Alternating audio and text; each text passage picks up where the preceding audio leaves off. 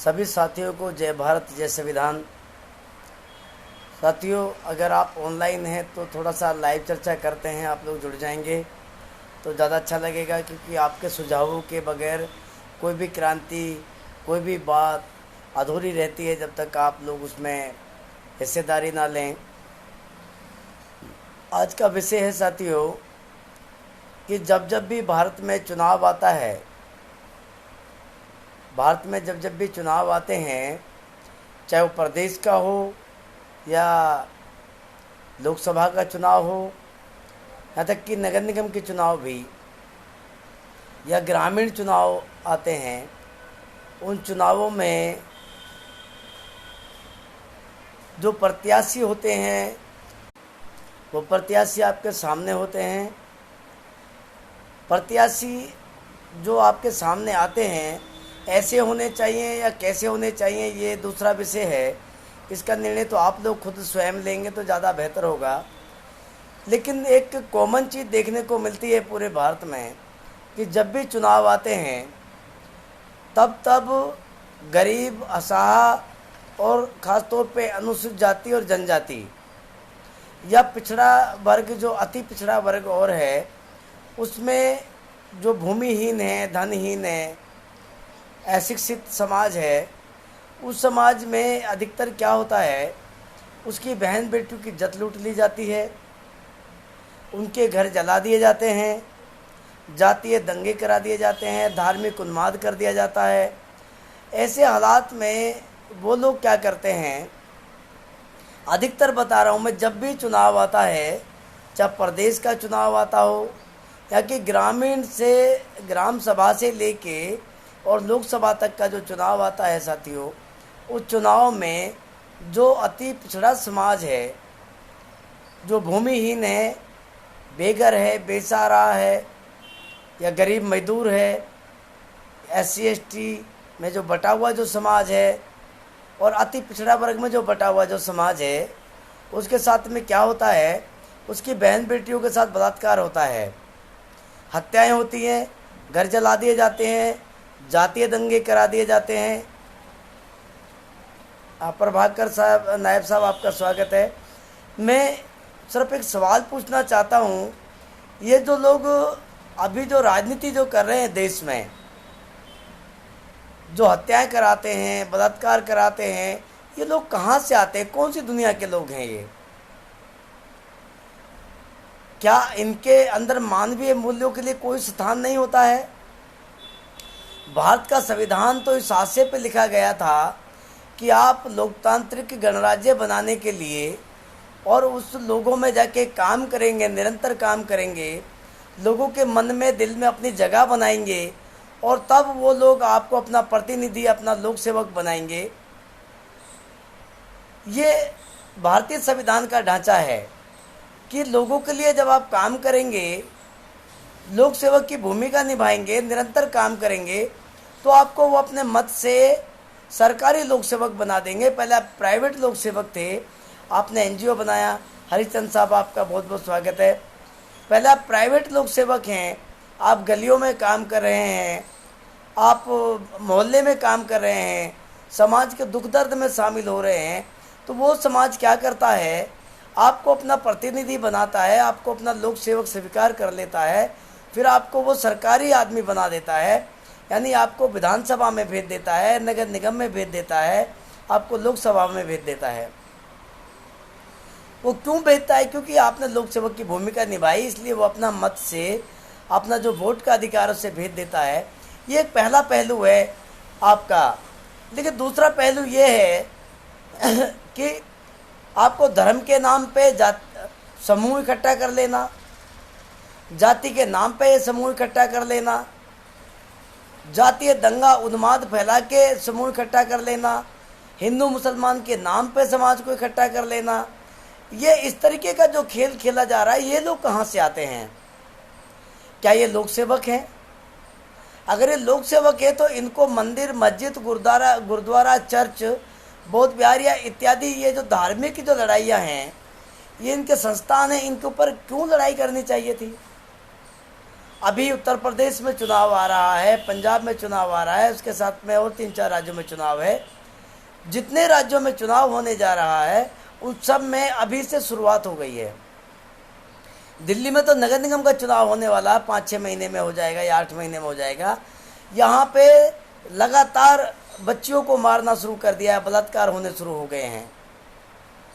तो ये सब चीज़ क्या है, ये कौन सी सत्ता की भूख है आदमी के अंदर कि वो लोक सेवक की भूमिका नहीं निभाना चाहता है। उसके अंदर एक भय है।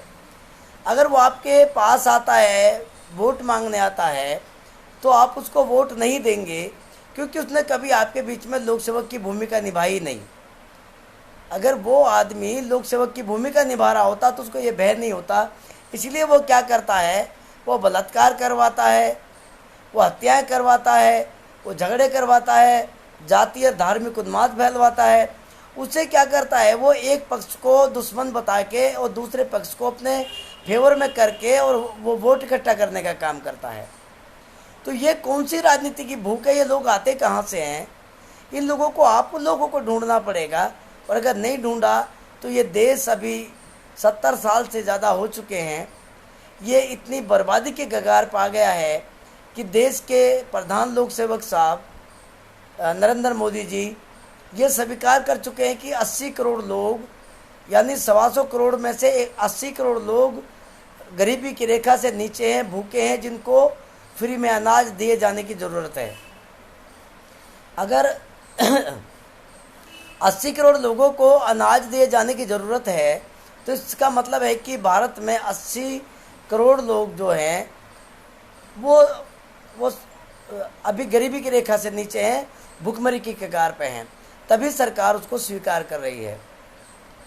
इसका मतलब क्या हुआ, तो देश में जो विकास हुआ वो कितने लोगों का विकास हो पाया है इस 125 करोड़ में से? अगर हम लोग 130 करोड़ में से अगर 80 करोड़ को निकाल देते हैं तो 50 करोड़ लोग जो हैं संपन्न होते हैं। यानी 50 करोड़ लोग हैं जो रोटी खा पा रहे हैं, जिनको फ्री में अनाज की ज़रूरत नहीं है। ऐसा अजय बोध साहब, आपका स्वागत है। तो जो 80 करोड़ लोगों को प्रधान लोक सेवक जी भूखा स्वीकार कर रहे हैं, इसका मतलब 80 करोड़ लोग बहुत नीचे पहुंच गए हैं। वो बिल्कुल आज भी 5 किलो राशन के मोहताज हैं, सरकार के ऊपर हाथ फैला के भिखारी बन के खड़े कर दिए हैं। तो अभी वो मिल नहीं रहा है वैसे, लेकिन घोषणा के आधार पे मैं बता रहा हूँ कि घोषणा कर दी गई है। अभी दिल्ली में एक लड़ाई चल रही थी। केजरीवाल साहब कह रहे थे कि हम राशन बांटेंगे घर घर जाके। उधर को जो भारत सरकार है वो कहती है नहीं नहीं, राशन हम बांटेंगे। तो ये जो नूरा कुश्ती होती है अलग तरीके की, इससे नुकसान क्या होता है, समाज का घाटा होता है। खैर, बात दूसरी थी कि ये लोग 80 करोड़ लोगों को गरीब घोषित कर चुके हैं। इसका मतलब 80, सरकार इतनी आसानी से घोषित नहीं करती है, गरीबी का आंकड़ा छुपाती है, लेकिन वो 80 करोड़ लोगों को राशन बांटने की जो पीछे की जो रणनीति थी उससे ये क्लियर हो गया कि 80 करोड़ लोग यहाँ गरीबी की रेखा से नीचे, जिन्हें 5 किलो फ्री के राशन की जरूरत पड़ गई है। तो ये 70 साल में आज तक देश का जो भला नहीं हो पाया है, जो नुकसान हो रहा है, उसका कारण है कि हमारे जो लोक सेवक हैं उन लोगों ने ईमानदारी से काम नहीं किया। क्योंकि जो लोक सेवक की जो भूमिका में बैठे हैं वो लोक सेवक हैं ही नहीं। अगर वो लोक सेवक होते तो आपके लिए लोक सेवा करते, यानी आपकी सेवा करते। वो लोग क्रिमिनल हैं। अभी 80% लोग क्रिमिनल गए, करोड़पति अरबपति गए। अब जो अरबपति आदमी है या करोड़पति आदमी है, वो व्यक्ति एयर कंडीशन से निकल के झुग्गी झोपड़ियों में भलाई क्यों करने जाएगा? मैं लंबे अरसे से सुन रहा हूँ जहाँ झुग्गी वहीं मकान। और भारत अभी भी झुग्गियों पर टिका हुआ है, झूपड़ियों पर टिका हुआ, पॉलीथिन पर टिका हुआ है। प्रधान लोक सेवक जी झूठ बोलते हैं कि मैंने 125 करोड़ लोगों को घर की चाबी दे दी है। ये सरासर एक झूठ बोल के लोगों में मतलब किस तरीके की भावनाएं पैदा करना चाहते हैं। अगर प्रधान लोक सेवक जी झूठ बोलते हैं तो बाकी लोगों का क्या होगा? यानी जिसको हमने लोक सेवक बनाया, प्रधान लोक सेवक बनाया, सुपरवाइजर बनाया देश को चलाने के लिए, वो व्यक्ति अगर झूठ बोलता है तो बाकी के लोग तो झूठ बोलेंगे। जो प्रशासनिक सेवा में जो बैठे हैं वो लोग तो बिल्कुल निरंकुश हो चुके हैं। ये निरंकुश कब होते हैं? जब हमारी जो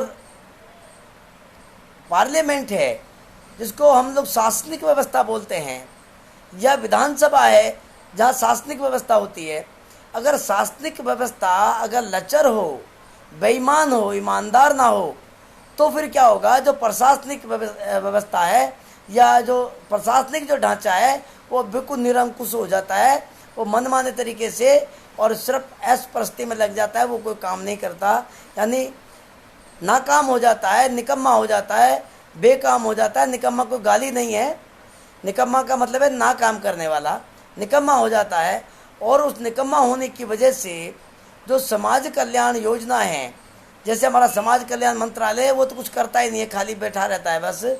और जो योजना आयोग है वहाँ कोई योजना ही नहीं बनती है देश के लिए, वो भी फ्री में बैठा हुआ है। बोर्ड वगैरह कुछ काम नहीं करते हैं, आयोग कुछ काम नहीं करते हैं, उनको छोड़ दीजिए। वो क्यों काम नहीं कर रहे हैं? क्योंकि जो हमारा जो लॉ एंड ऑर्डर है, जो विधानसभा में या लोकसभा में जो हमने जो लोग प्रतिनिधि जो चुने थे, वो ईमानदार लोग नहीं है, वो बेईमान लोगों को हमने कहीं ना कहीं चुन दिया है।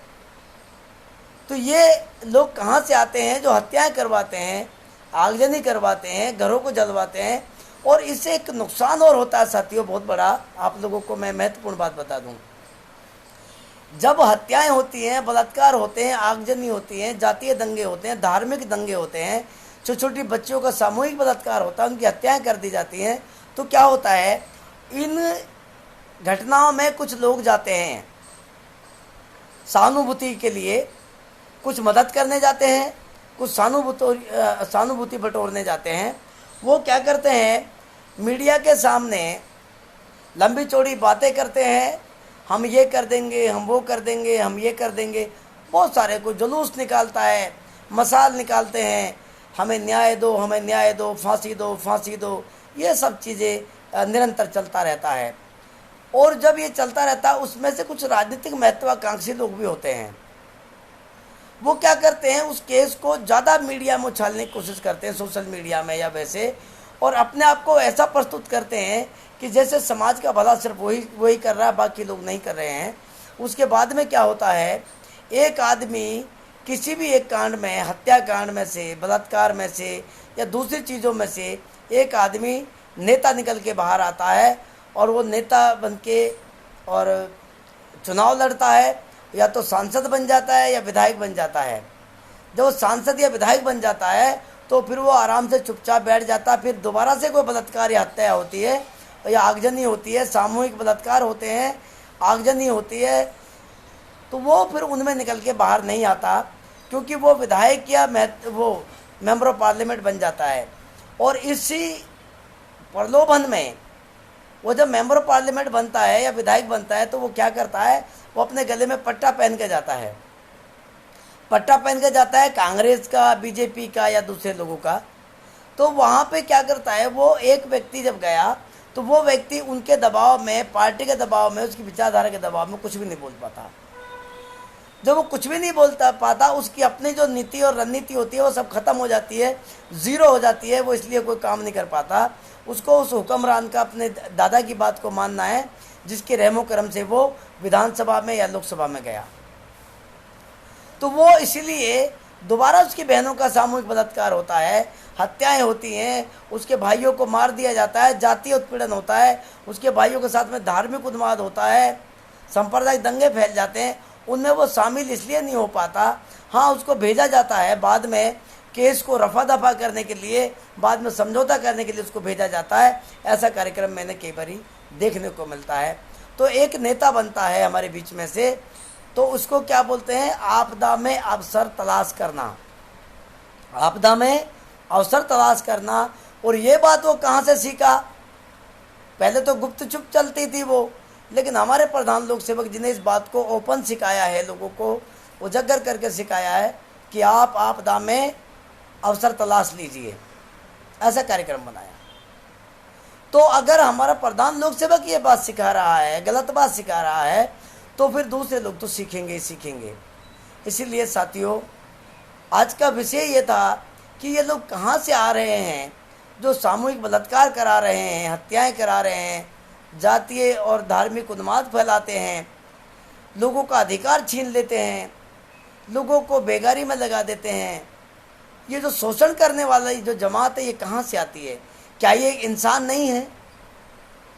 क्या इनके अंदर इंसान का दिल नहीं धड़कता?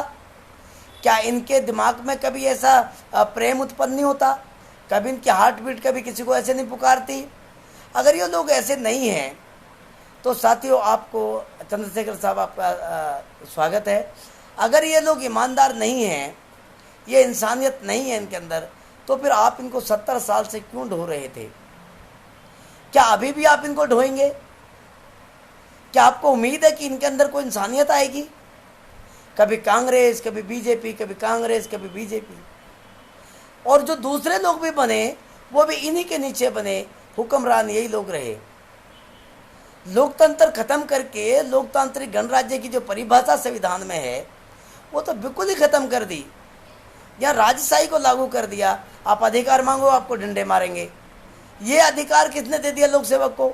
जो लोक सेवक है, जो मेरी वोट से जो बना, वो मुझे जो डंडे मार रहा है मेरे अधिकार के लिए, ये अधिकार किसने दे दिया उसको? संविधान तो ये अधिकार नहीं देता। यह अधिकार उसको राजशाही देती है। जो रजवाड़ी की जो व्यवस्था थी, मनु का दंड विधान ये उसको अधिकार देता है, भारत का संविधान ये अधिकार नहीं देता है। मनु का दंड विधान कहता है कि राजा के सामने कोई बैठ जाए, ऊंची आवाज में बात कर दे या उसकी बात को सुनने की कोशिश करे तो कान में शीशा पिघला दो, जीभ काट दो, उसकी गुदासन काट दो। ये सब मनु का दंड विधान कहता है। तो ये जो जिनको हमने लोक सेवक चुना, क्या ये मनु के दंड विधान को मानने वाले लोग हैं? और अगर ये मनु को दंड विधान को मानने वाले लोग हैं तो जो लोकतांत्रिक गणराज्य की परिभाषा वाला जो संविधान है, इसके तहत से आर्टिकल 326 आपके पास मताधिकार है। आप इनको बेदखल कर सकते हो सत्ता से। ये तो पावर आपके पास है। 2022 में, 2023 और 2024 3 साल आपके पास हैं। अगर प्रत्येक भारत का आदमी अगर भारत के संविधान को ही नहीं पढ़ेगा, समझेगा नहीं, जानेगा नहीं, अपने मौलिक अधिकारों को नहीं जानेगा, मूल कर्तव्यों को नहीं समझेगा, सरकार बनती कैसे, बिगड़ती कैसे, जुडिशरी कैसे चलती है, आयोग कैसे चलने चाहिए, बोर्ड कैसे चलने चाहिए, लोकसभा कैसे चलनी चाहिए, कानून बनते कैसे हैं, अगर ये सब चीज़ें अगर आपको जानकारी में नहीं आई तो साथियों देश सुधरने वाला नहीं है। और जो अभी तक जो लोग बैठे हैं उन्हें तो उसकी ABCD भी पता नहीं है संविधान की। इंग्लिश में कुछ और लिखा है, हिंदी में उसका ट्रांसलेशन कुछ और कर देते हैं। उदाहरण के तौर पे मैं आपको बता देता हूँ, प्रेसिडेंट ऑफ इंडिया, उसका हिंदी में अनुवाद होता है भारत का अध्यक्ष, और हमारे देश के लोगों ने हिंदी में उसको राष्ट्रपति कर दिया। अगर अध्यक्ष को राष्ट्रपति बोलते हैं तो मैं भी एक संगठन का राष्ट्रीय अध्यक्ष हूँ, तो मैं भी राष्ट्रपति होना चाहिए हूँ। जितने भी राष्ट्रीय अध्यक्ष हैं फिर तो सबको राष्ट्रपति लिखने का अधिकार मिल जाएगा।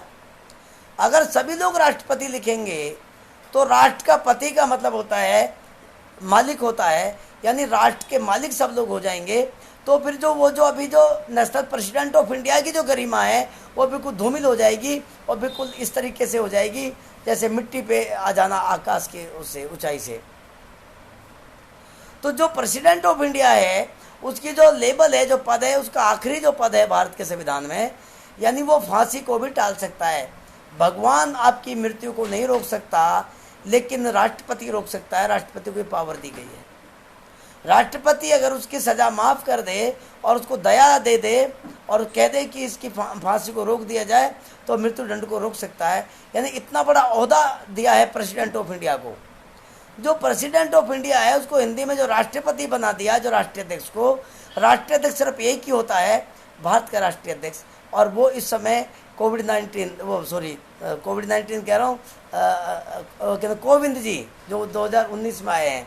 साथियों कोविड-19 थोड़ा जुबान पे चढ़ रहा है और उसके लिए थोड़ा सा मैं सॉरी फील करता हूँ आप लोगों से। साथियों वो जो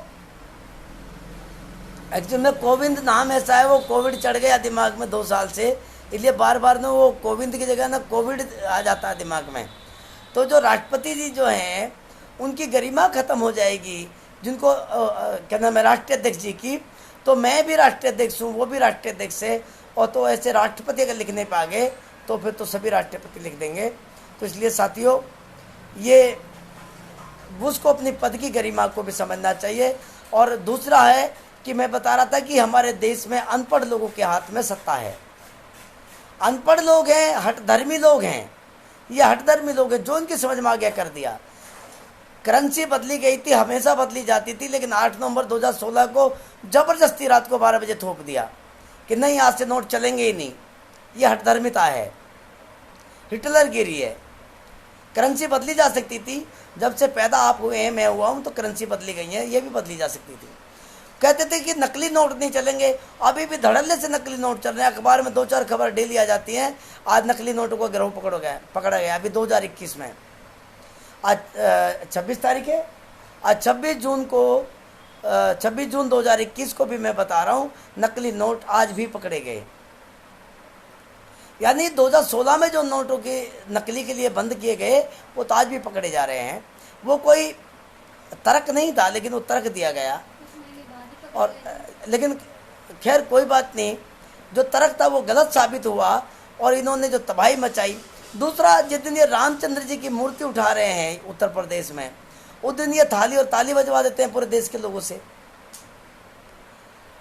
जिस दिन ये बीजेपी का नामकरण होता है 5 अप्रैल 1980 को, उसके लिए ये आपसे दीवा जलवा रहे। क्यों दीवा? उसका चुनाव चिन्ह था। जब जनसंघ से भारतीय जनता पार्टी बनी तो दीपक का निशान रखा गया, आपसे दीपक जलवा दिया इन्होंने, अभी जलवाया था पूरे देश के लोगों से। तो ये जो है हठधर्मिता है, ये एक तरह का पागलपन है, जिसको पागलपन कहेंगे, कि किसी भी प्रधान लोक सेवक की भूमिका में आए हुए व्यक्ति को इस तरीके का व्यवहार देश के साथ नहीं करना चाहिए, जो किसी विशेष धर्म को इंगित करता है, विशेष जाति को इंगित करता है, विशेष वर्ग को इंगित करता है। ऐसा बिल्कुल भी व्यवहार देशवासियों के साथ में नहीं करना चाहिए। मैं इसका विरोध करता हूँ। आप विरोध करेंगे या नहीं करेंगे, ये आपने तय करना है। आप स्वतंत्र हैं। आर्टिकल 19 आपको भी अधिकार देता है बोलने का, लिखने का, करने का। आर्टिकल 326 आपको राजा बदलने का अधिकार देता है, लोकसेवक बदलने का अधिकार देता है। और ये राजशाही को आप हटा सकते हैं, आप लोकतांत्रिक गणराज्य बना सकते हैं, प्रजाशाही ला सकते हैं। भारत का संविधान तो इसी आधार पर लिखा गया है। आप संविधान पढ़ने के अगर इच्छुक हैं, कानून कैसे बनता है जानने के इच्छुक हैं, तो मैं और मेरी टीम, मैं शंकर लाल खेरालिया हरियाणा गुड़गांव से हूँ और लंबे अरसे से 2006 से अपना गृह त्याग करके लोगों में जा रहा हूँ। पूरे देश में जाता हूँ, लोगों में संविधान पढ़ाने का काम करता हूँ। 2019 से तो मैं कंटिन्यू लगा हुआ हूँ। 2006 से आया हूँ, लेकिन 2019 तक हम दूसरा काम करते रहे।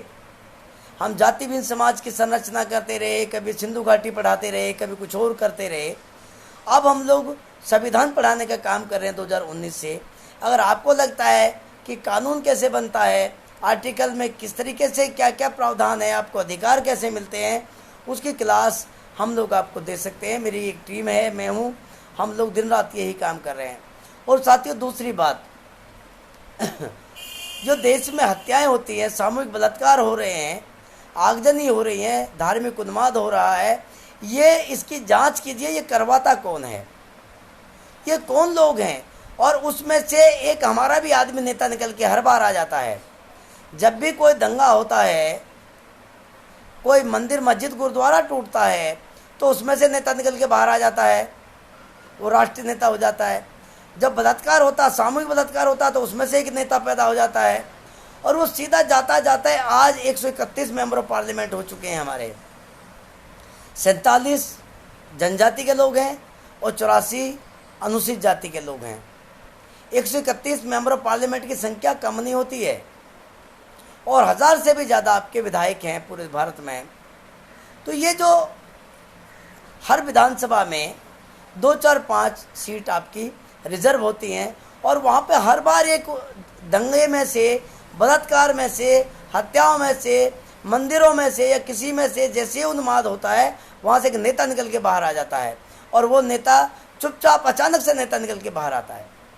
और जो लोग वर्षों से जो आंदोलन चला रहे हैं, जो कैडर देते हैं, लोगों को समझाते हैं, वो लोग कैडर देते रह जाते हैं और अचानक से एक वो बरसाती मेंढक की तरह उछल के एक नेता बाहर आता है और सीधा वो सत्ता में पहुंच जाता है।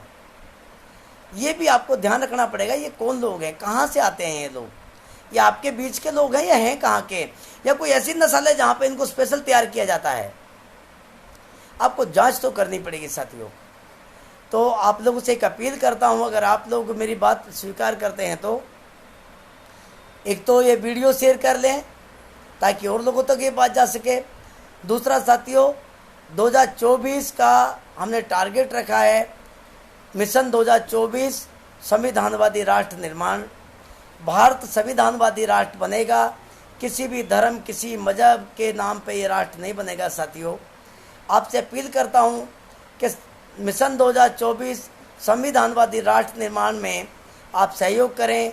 कोई तन से, कोई मन से, कोई धन से, कोई कैसे सहयोग कर सकता है, सहयोग करना चाहिए। पूरे देश में हम लोगों ने एक निर्णय लिया है कि 2024 तक हम 543 लोगों को कैडर देके, और आपके बीच में से कैडर देंगे, वो किसी भी पार्टी के हों या ना हों कोई फ़र्क नहीं पड़ता है, वो पैसे वाला है या नहीं है कोई फ़र्क नहीं पड़ता है, वो सिर्फ थोड़ा बहुत हिंदी पढ़ना लिखना भी जानता हो तब भी काम चलेगा।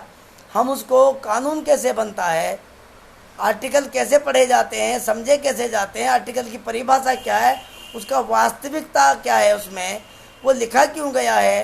नहीं तो बाबा साहब डॉक्टर भीमराव अंबेडकर ऐसे विद्वान व्यक्ति मूर्ख नहीं हो सकते कि उस संविधान को लिखने की जद्दोजहद में अपने 4 बच्चों को कुर्बान कर दिया उन्होंने, अपनी पत्नी को जवानी में कुर्बान कर दिया उन्होंने, और वो बीमारी से तड़प तड़प के मरे कि उन्हें रोटी नहीं मिल पाई खाने के लिए, क्योंकि वो हमारे लिए कानून बनाने में लग रहे थे, संविधान बनाने में लग रहे थे। साथियों, ऐसी कुर्बानियाँ देने वाले लोग ऐसे तो मूर्ख नहीं रहे होंगे। साथियों, आपके लिए संविधान जो लिखा है उसमें बहुत अच्छे अच्छे नियम लिखे हुए हैं। आप एक बार इनको अगर मेरे द्वारा अगर उसको सीखने की कोशिश करते हैं, उसकी वास्तविकता मैं आपको समझाता हूँ, तो आपको ये हैरानी मिलेगी कि 70 साल में आज तक इस किसी भी अनुच्छेद पे कोई भी कानून बना क्यों नहीं। तो साथियों, आप मिशन 2024 संविधानवादी राष्ट्र निर्माण आंदोलन में सहयोग करें और 543 लोगों को आप चिन्हित करें, हमें बुलाएं, आदेश करें, और हम उस आदमी को 1 दिन का, 2 दिन का, 4 दिन का, 10 दिन का कैडर देंगे। और एक हमारी टीम है जो पूरे देश में जहाँ जहाँ पे भी आप बुलाएंगे हम वहाँ पे आएंगे, आपके उसमें सेवा में तत्पर हैं।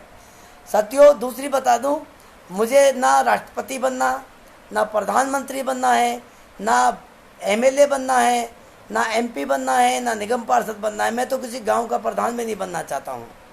मैं उस मशीन की तरह रहना चाहता हूँ जिस मशीन में माल डालिए और पीस निकाल लीजिए और अपना इस्तेमाल कीजिए। एक मशीन की तरह आप हमें इस्तेमाल कर सकते हैं। मेरा नाम शंकर लाल खिरालिया।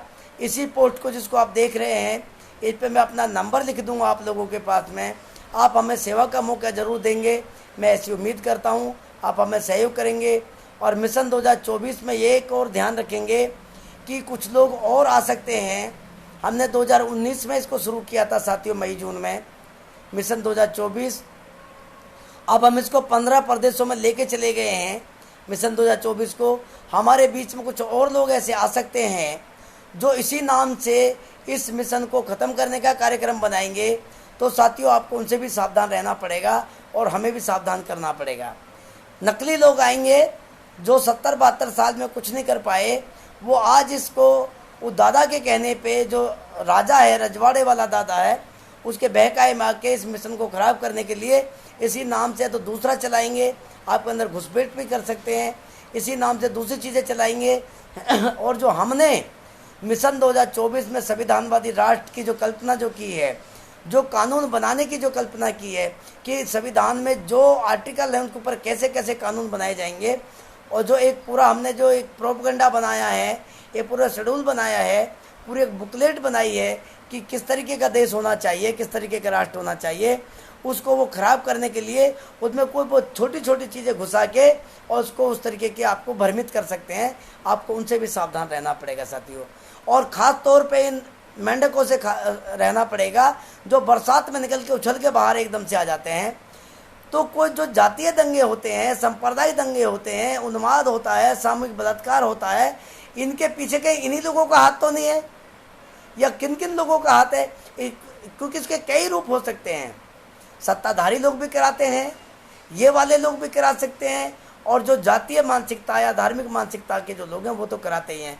लेकिन सब होता है लॉ एंड ऑर्डर की सहमति के बगैर नहीं हो सकता।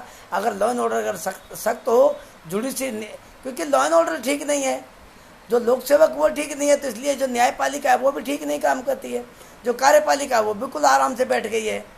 और उसका उदाहरण आपके सामने है, सब कुछ ठप हो चुका है, सरकारी संस्थान बेच दिए गए हैं, आपके सामने हैं। साथियों, विदा लेता हूँ, आप लोगों ने बहुत देर तक मुझे सुना है। ये वीडियो शेयर कर देंगे तो आपका बहुत बड़ा उपकार हो जाएगा, क्योंकि ये 4 बातें लोगों में चली जाएंगी। और ये कोरोना 2025 तक रहेगा। साथियों, आखिरी में आपको बताना चाह रहा हूँ, 2025 के बाद कोरोना ख़त्म कर दिया जाएगा। अभी तो और पता नहीं कौन कौन सी एक नई बीमारी आ रही है। मैडम पेपर उठा के देना एक बार। एक ब्लैक फंगस आया था, येलो फंगस आया था, फिर वाइट फंगस आया था, और आज के पेपर में भी देखिए क्या कौन कौन से फंगस हैं वो मैं बता देता हूँ आपको। डेल्टा प्लस, डेल्टा के साथ में है अल्फ़ा, बीटा, गामा, डेल्टा। इस तरीके की ये जो बीमारियां हैं, alpha, beta, gamma, delta, black fungus, ये जो अजीब अजीब जो बीमारियां भारत में जो आ रही हैं, इन बीमारियों ने देश के लोगों को तो समझ में ही नहीं आ रहा ये है क्या। नई बीमारियां पैदा हो गई हैं, कभी पैदा नहीं हुई है जब से दुनिया बनी है। ये नई बीमारियां निकल कर जो अंग्रेजी में है, और जो रूप बदल लेती हैं, ये नई नई बीमारी जो रूप भी बदल लेती है, इच्छाधारी बीमारी पैदा हो रही है आजकल। साथियों, आपसे अपील करना चाहता हूँ, सरकार में जो बैठे लोग हैं, इनसे भी, लोक सेवकों से, ये ड्रामाबाजी बंद करें। ये देश को देश की तरह चलाएं, समाज को समाज की तरह चलाएं, संविधान को संविधान की तरह चलाएं। उस संविधान में जितने आर्टिकल हैं उसके ऊपर कानून बनाएं, और कानून बनाए 6 महीने में भारत बदल जाएगा। आपसे अपील करना चाहता हूँ, सरकार के लोगों से भी, मेरा ये वीडियो अगर आप पहुँचाएंगे तो सरकार भी वो देखते तो जरूर है, उनकी IT सेल है। अपील करना चाहता हूँ, देश को सही से चला लें। हमें ये सब करने की जरूरत ही नहीं पड़ेगी जो अभी हम कर रहे हैं। हम अपने बीवी बच्चों में मस्त रहेंगे भाई, अपने खाएंगे कमाएंगे। तुम्हारे को ड्यूटी दे दी लोक सेवा की, हम लोग भी इधर अपना काम करते रहेंगे। तो साथियों, आपसे विदा चाहता हूँ। जय भारत, जय संविधान। आप मिशन 2024 संविधानवादी राष्ट्र निर्माण आंदोलन में जुड़ेंगे, और बस आप सभी का आभार है, आपने मुझे बहुत देर तक सुना है। जय भारत, जय संविधान।